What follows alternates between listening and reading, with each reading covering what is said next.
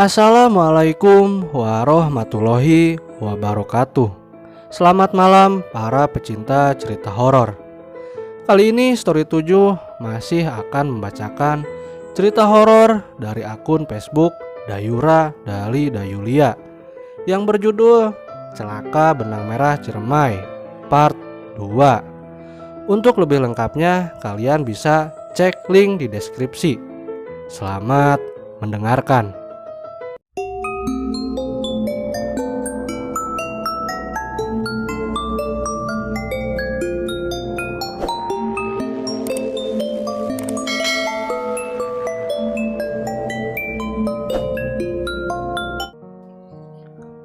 Terlepas dari pikiran yang terus bertanya, apa maksud Cindy berkata demikian? Aku yang tak mau ada masalah terus diam dan menyimpan pertanyaan itu untuk nanti. Untuk kutanyakan di saat sekiranya waktu sudah pas dan Cindy bisa kuajak bicara baik-baik.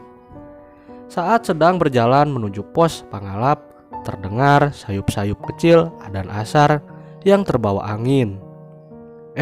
Lagi adzan, berhenti dulu bro, bentar, kata Cipto di belakangku. Kami seketika langsung berhenti. Aku berkaca pinggang sambil mengusap keringat di pelipis menggunakan punggung tangan. Kulihat beberapa orang di depan sempat duduk, termasuk Cindy.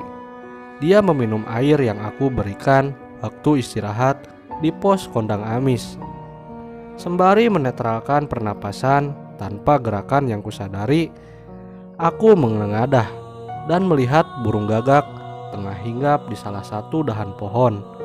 Kupandangi gagak itu lama, sampai angin mulai lewat dan membuat wajah juga area leher menjadi lebih segar. Aku beralih duduk, karena kulihat yang lain semuanya sudah duduk, menyulut rokok sambil bersantai. Sampai Cipto yang duduk di tanah yang lebih rendah dariku berbisik bertanya, "Ada masalah apa sama Cindy?"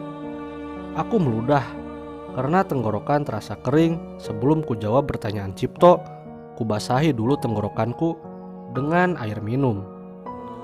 Marah dia gara-gara gue gak sengaja lupa ninggalin botol minumnya di base camp, jawabku.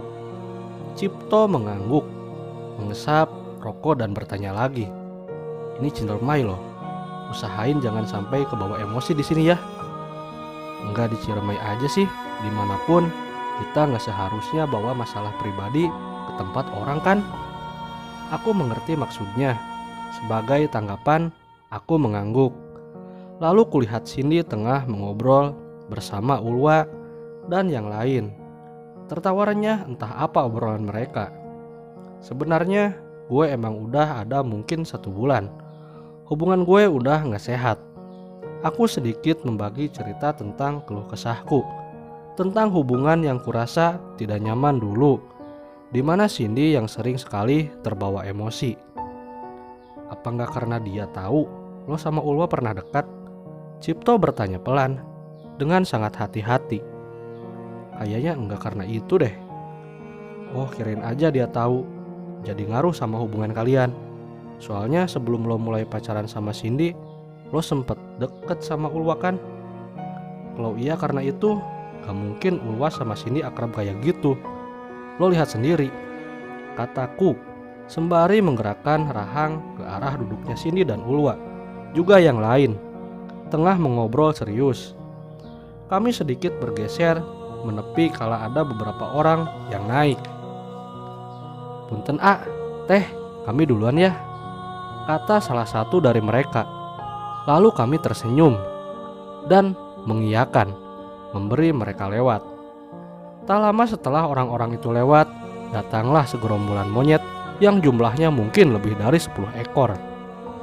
Gadis-gadis itu sepertinya mulai takut, terlihat dari cara refleks mereka yang tiba-tiba bangun dan bersembunyi di balik tubuh yang lain. "Yuk lanjut aja yuk, biar cepat sampai tempat camp," kata Anwar. Akhirnya kami memutuskan untuk melanjutkan perjalanan kembali.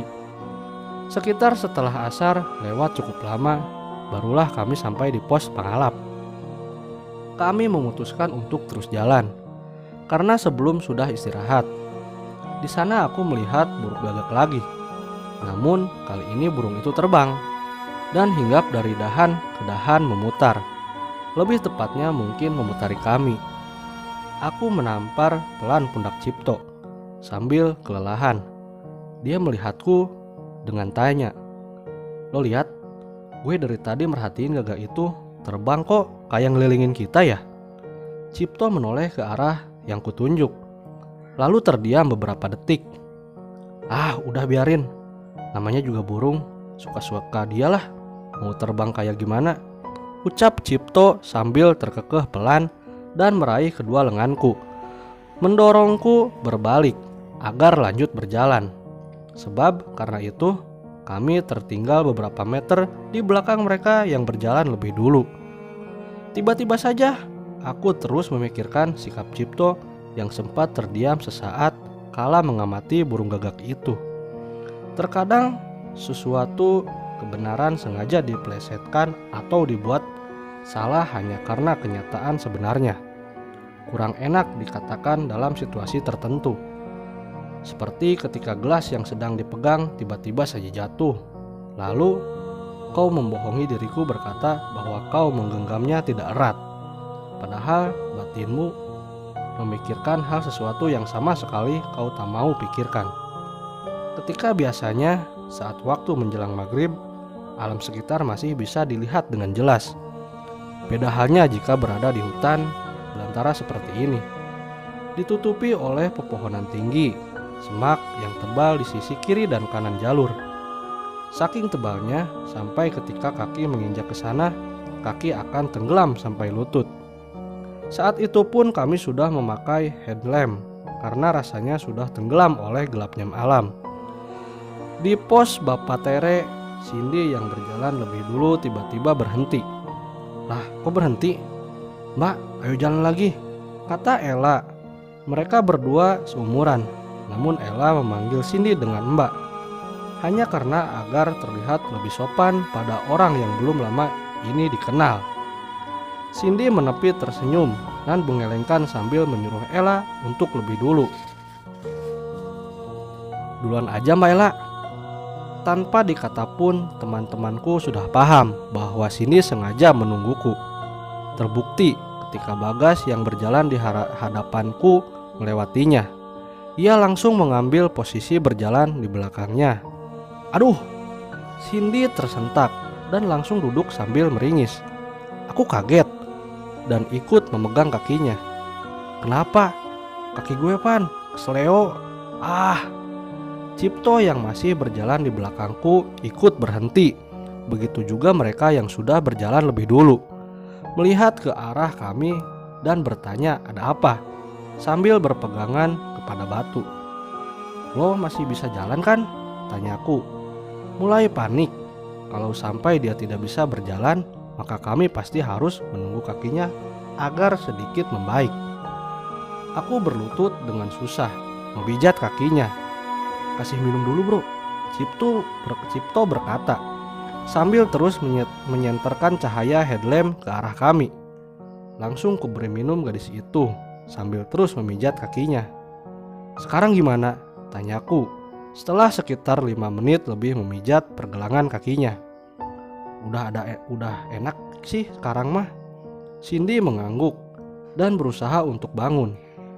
"Lo jalan depan biar gue yang paling belakang," kataku pada Cipto.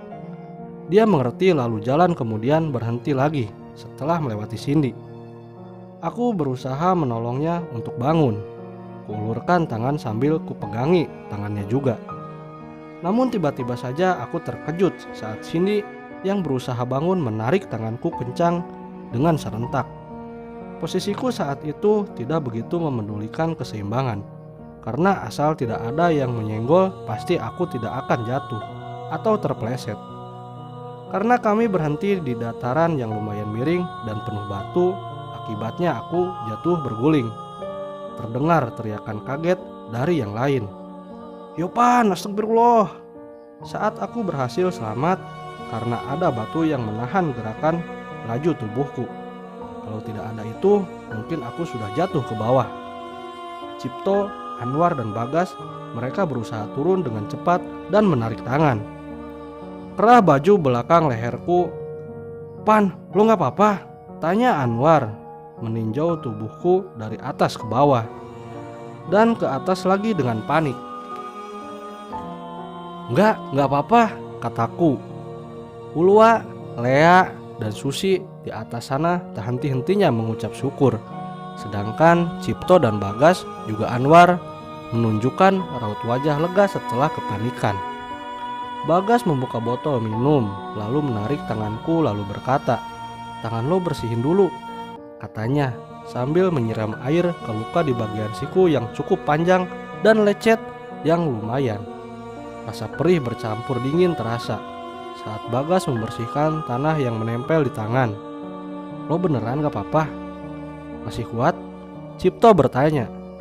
Aku mengangguk sambil membersihkan debu yang menempel di baju dan di celana. Aman," kataku.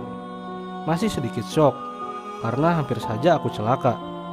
Andaikan saja batu itu tidak ada, mungkin bukan sikutku saja yang terluka. Cindy yang sudah berdiri diam memperhatikan, tiba-tiba saja memelukku. "Maafan, gara-gara gue," katanya terisak. Aku yang dipeluk hanya diam, menepuk punggungnya dengan tatapan datar.